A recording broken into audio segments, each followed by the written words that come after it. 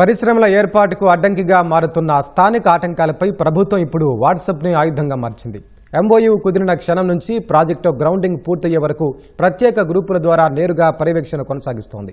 మంత్రి లోకేష్ స్వీయ పర్యవేక్షణలో నడుస్తున్న ఈ వాట్సాప్ గ్రూపుల్లో రాజకీయ జోక్యం, అధికారుల ఆలస్యం, భూ సంబంధ సమస్యలు ఎక్కడ తలెత్తినా 4 రోజుల్లోనే స్పందించే వ్యవస్థను అమల్లోకి వచ్చింది.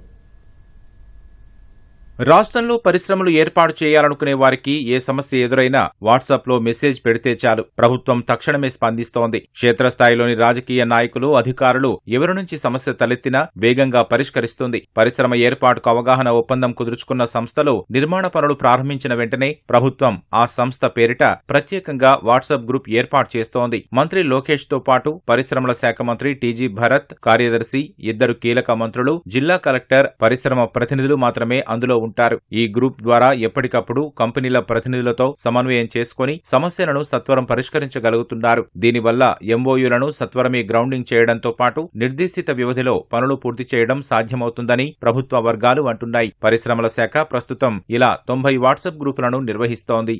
పరిశ్రమ ఏర్పాటుకు అవసరమైన అనుమతులు అధికారికంగా ఆన్లైన్లో తీసుకున్న క్షేత్రస్థాయిలో రాజకీయ నేతలు పెట్టే ఇబ్బందుల గురించి రాతపూర్వకంగా ఫిర్యాదు చేసే పరిస్థితి లేదు. చాలా చోట్ల ప్రాజెక్టు జాప్యానికి ఇదే ప్రధాన కారణం. గ్రూప్లో పరిమితమైన కొందరు ముఖ్యులకు మాత్రమే అవకాశం ఉండడంతో కంపెనీ ప్రతినిధులు ఎలాంటి సమస్యనైనా ప్రస్తావించగలుగుతున్నారు. ఈ ఫిర్యాదుపై ఏం చర్యలు తీసుకున్నారో సంబంధిత జిల్లా కలెక్టర్ 4 రోజుల్లో ప్రభుత్వానికి నివేదిక ఇవ్వాల్సి ఉంటుంది. దీంతో సమస్య వేగంగా పరిష్కారమవుతోంది. పరిశ్రమ పనుల పురోగతిపై వారంలో ఒకరోజు ఈ గ్రూప్లోనే పారిశ్రామికవేత్తలతో అధికారులు సమీక్షిస్తున్నారు. మొత్తంగా వాట్సాప్ గ్రూపుల పర్యవేక్షణతో పరిశ్రమల ఏర్పాటులో కనిపించని అడ్డంకులకు ప్రభుత్వం చెక్ పెడుతోంది. ఫైళ్ల చుట్టూ తిరిగే పెట్టుబడులను నేరుగా క్షేత్రస్థాయికి తీసుకెళ్లే వ్యవస్థగా ఇది మారుతోంది. వేగవంతమైన స్పందన, నిరంతర సమన్వయంతో రాష్ట్రం పెట్టుబడిదారులకు నమ్మకమైన గమ్యస్థానంగా నిలుస్తోంది.